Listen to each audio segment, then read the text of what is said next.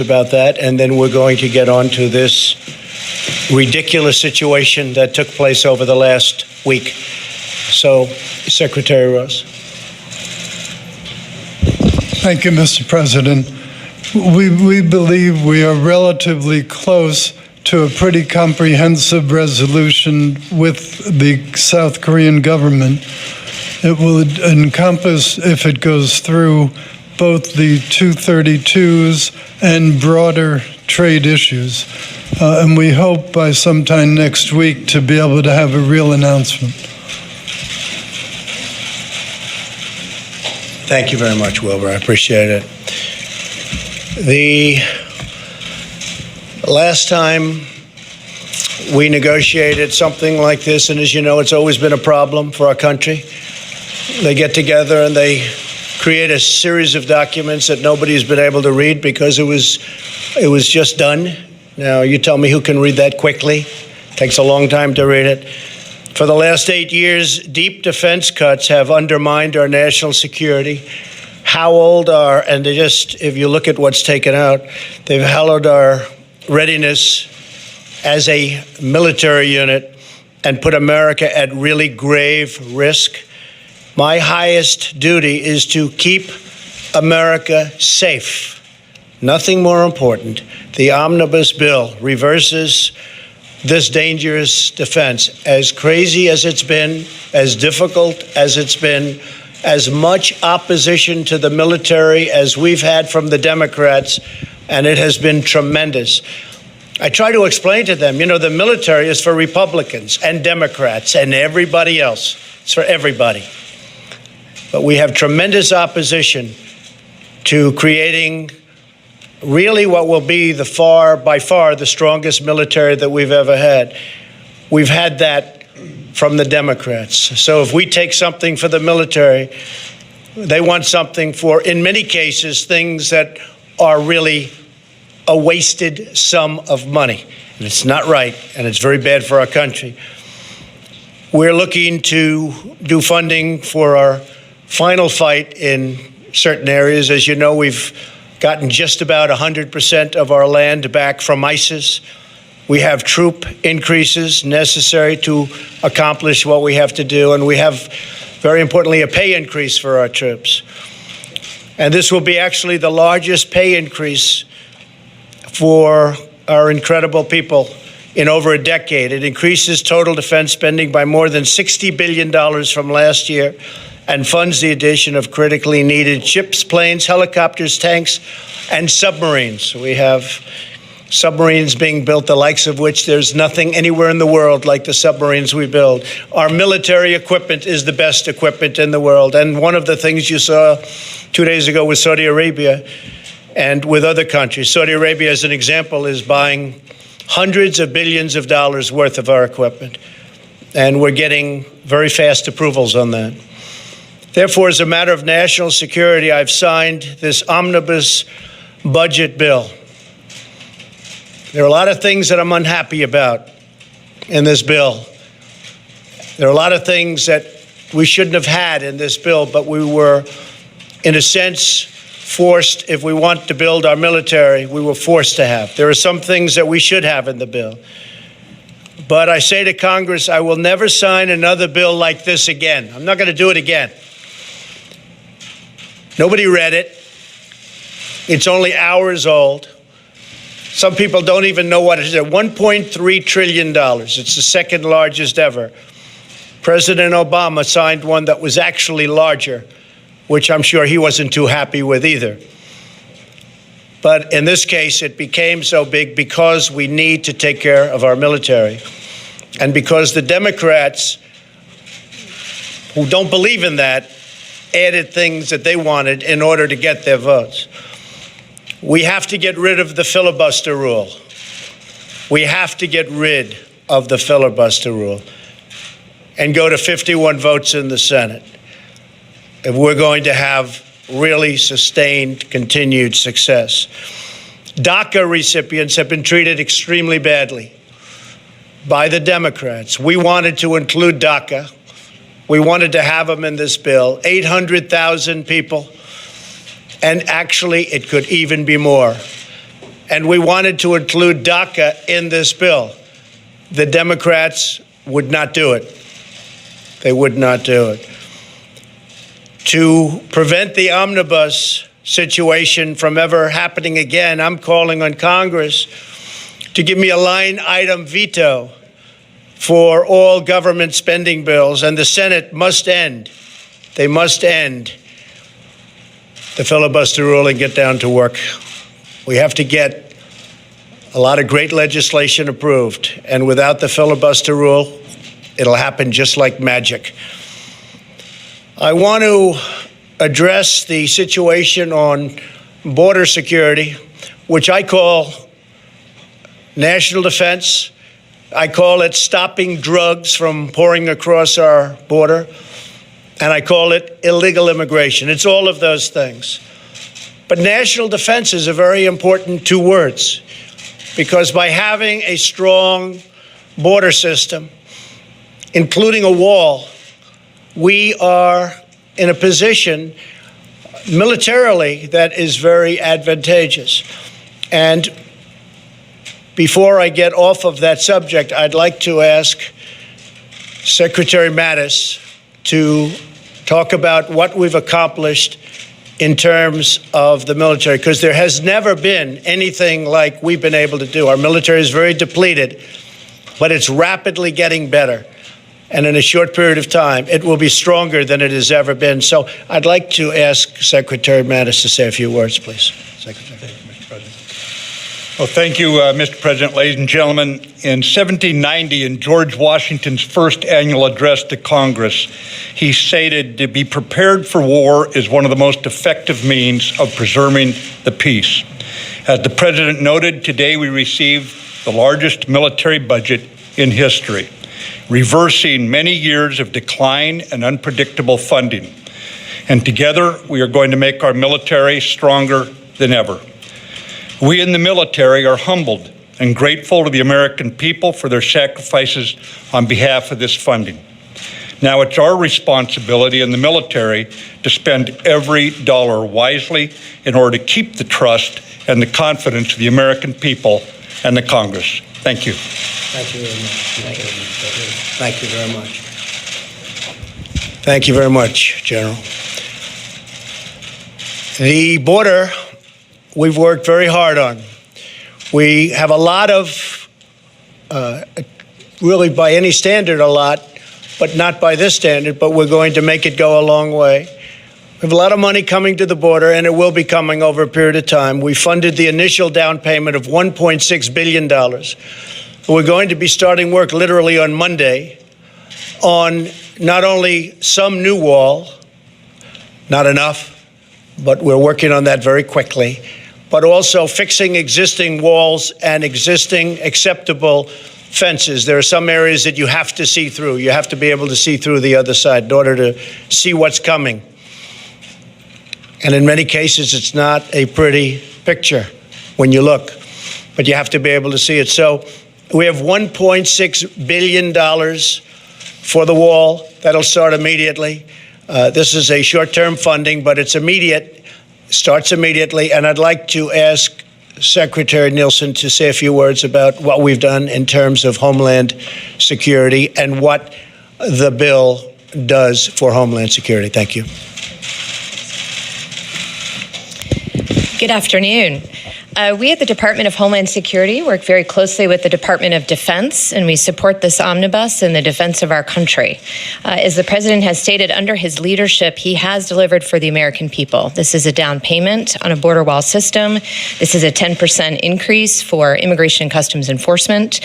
This will help us improve our aviation security with some badly needed upgrades, and we look forward to working with Congress on additional needs that we have.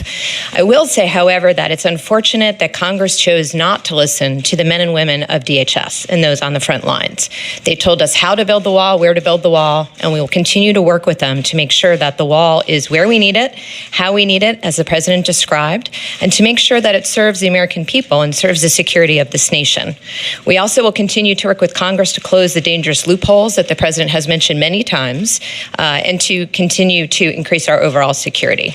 And finally, we thank those in Congress who support the Department of Homeland Security Security. I will continue to make myself available to them. I look forward to working with them, but we must fund the department and give it the tools and resources it needs to execute the mission the American people have asked us to do. Thank you. Thank you very much, Secretary. So we have many elements in the bill that we wanted.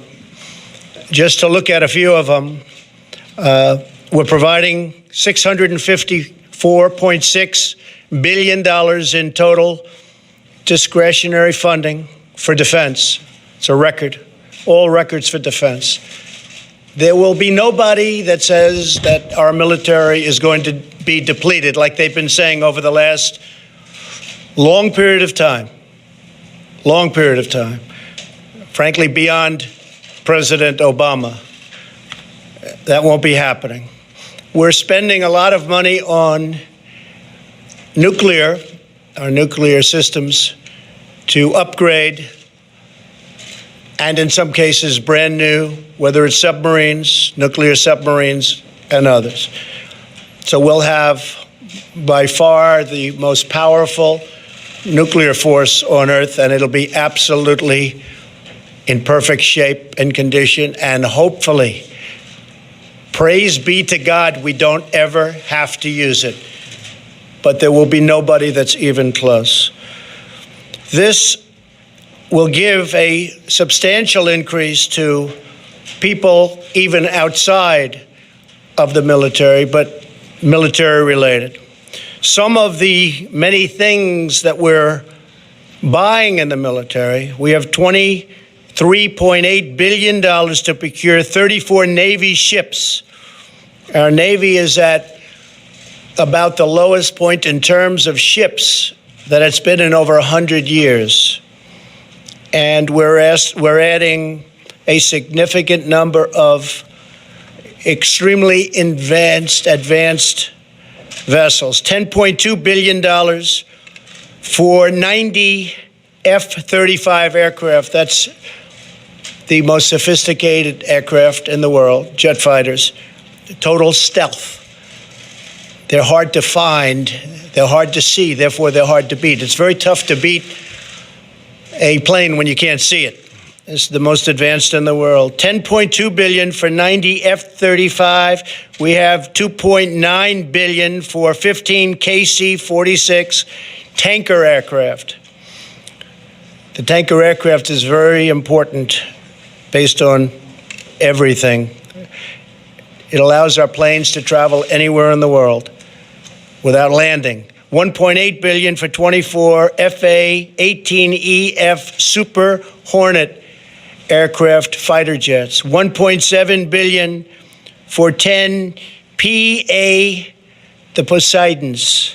Incredible stuff. $1.1 billion for 56 UH-60 Black Hawk helicopters, most advanced helicopter in the world by far, fighting machine.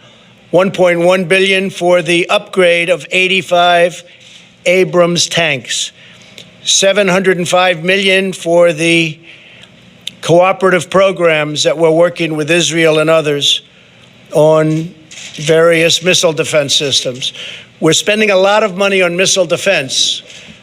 We have a lot of offense that's been recently installed. We're spending tremendous money on missile defense. You understand what that means? Everybody does. With what we have out there, missile defense is very, very important. We are funding our Border Patrol agents and our ICE agents. They are working long hours under tremendously dangerous conditions. We're adding large numbers of immigration judges, high-quality judges. Not only are we adding them in the district court level and the federal level of Court of Appeals, but we're adding immigration judges at a very high level. So while we're very disappointed in the $1.3 trillion, nobody more disappointed than me because the number is so large, it'll start coming down. We had no choice but to fund our military. because we have to have, by far, the strongest military in the world. And this will be by far the strongest military that we've ever had. So when you look at all of these pages, a lot of that is devoted, a lot, to the military. I just want to thank members of Congress for working so hard. While we can be disappointed in some ways, we have to also know that there are a lot of strings pulling everybody in different directions. The Republican senators, the Republican congressmen and women have been steadfast on their fight for the border and steadfast for their fight on the military. We're also spending $6 billion on, as you know, various forms of drug control, helping people that are addicted. It's a terrible problem, but this will be a record. We'll be suing certain drug companies for what they've done with the opioids, and we'll be bringing the suits at a federal level. The level of drugs that are being put out there and the power of this addiction is hard to believe. People go to the hospital for a period of a week and they come out, they're drug addicts. There has to be a better way. Doctors are way down now in their orders of the opioids, way down. That's a great thing. We're also looking for, in our research funds, we're looking for a medicine that can stop the pain without the addiction so that people aren't going to become addicted to these incredible drugs. So that's part of what we have. We're going to have $6 billion in having to do with opioids and other problems that this country, and in fact the world, is having with drugs.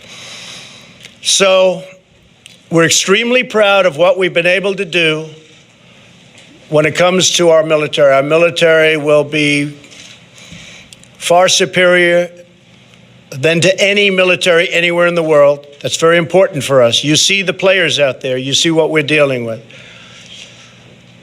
We are very happy with what's happened with opioids. We're very happy with what's happened with certain elements of the border. Not happy with $1.6 billion, but it does start the wall, and we will make that $1.6 billion go very, very far. It's going to go very far. I can tell you this, and I say this to DACA recipients, that the Republicans are with you. They want to get your situation taken care of. The Democrats fought us. They just fought every single inch of the way. They did not want DACA in this bill. And as you know, DACA is also tied to the wall for the major funding, the $25 billion for wall and other things. So I think that'll be coming up very soon. But I do want the Hispanic community to know and DACA recipients to know that Republicans are much more on your side than the Democrats, who are using you for their own purposes. With that being said, I just want to thank everybody for being here. We're very proud of many of the items that we've been able to get. We're very disappointed that in order to fund the military, we had to give up things where we consider, in many cases, them to be bad or them to be a waste of money. But that's the way, unfortunately, right now the system works. But we have a great country. We are going to have the greatest military we've ever had, and lots of good things are happening. The trade situation we'll be talking about next week. We have many trade deals, not only the deal being made on South Korea, which looks like it's very close to being finalized, but many other countries are now negotiating fair trade deals with us. So we'll be rolling them out as you see them. And part of the reason, frankly, that we're able to do that is the fact that we have the tariffs on steel and the tariffs on aluminum, because it showed how unfair some of these trade deals that have been in existence for many years, how unfair they've been. So it'll be great for our country, and frankly, it'll also be great for other countries. And it will be fair, and it will be reciprocal. Thank you all very much. I appreciate it. Thank you. Mr. President, Thank why you. the veto spread if you knew you had to sign the bill? We'll figure it out in about 20 minutes after you look at it. Okay? We're going to figure it out. You're going to figure that out. We looked at it, a veto. I looked very seriously at the veto. I was thinking about doing the veto, but because of the incredible gains that we've been able to make for the military, that overrode any of our thinking. How concerned are you about the impact of the tariff on the stock market? And Well, I think the stock market's going to be great. Look, the stock market's way up. When I came into office, the stock market was from a different planet. It's way up. China is going to end up treating us fairly. For many years, they had free rein. They don't have free rein anymore. We're very friendly with China. We have great relationships with China. And look, it's time. It's time. Last year, we lost $500 billion on trade with China. We can't let that happen. Thank you all very much.